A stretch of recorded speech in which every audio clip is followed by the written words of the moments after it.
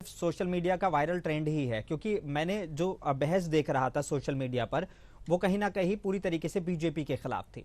और मनीष सिसोदिया तो ये कहते हुए नजर आए कि ये कॉकरोच की लड़ाई जो है सीधे क्रोकोडाइल से है। और उन्होंने इस तरह की एक तुलना कर डाली। वो कह रहे हैं कि ये सब खा जा रहे हैं और फिर उसके बाद देश के हालात कर दिए हैं गटर जैसे।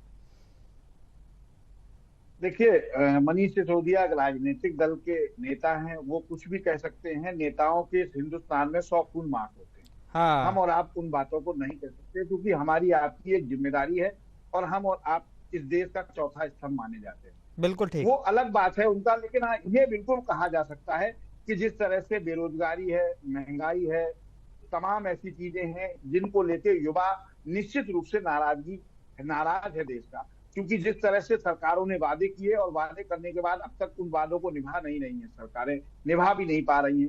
चाहे वो पेपर लीक हो, मतलब आप देखिए कि नीट जैसी परीक्षा का पेपर लीक होना 2024 में हुआ, उसके बाद 26 में हुआ। तो 24 में आपने कुछ सीख नहीं पाया कि ये पेपर कैसे लीक हो गए। 2 साल का बहुत बड़ा समय होता है जिसमें कोई भी सरकार सीख सकती है। 2 साल में एक बच्चा भी समझदार हो जाता है। अगर वो 16 साल का होगा तो 18 साल का हो जाएगा, वोट देने लायक हो जाता है। तो मुझे लगता है कि सरकार को सीख लेनी चाहिए थी कि हमारा पेपर 2024 में जो लीक हुआ वो आगे ना हो और बच्चों के भविष्य के साथ खिलवाड़ ना हो।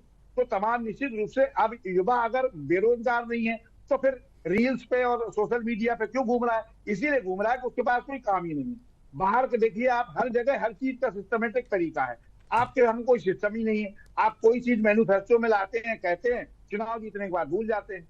तो तमाम चीजें ऐसी हैं चुनाव जिसको जीतने लगता के है, बाद मुझे भूल लगता है जाते हैं युवाओं और का। जनता भी भूल जाती है, उनको भी याद नहीं रहता। ये भी एक हकीकत है कि उनको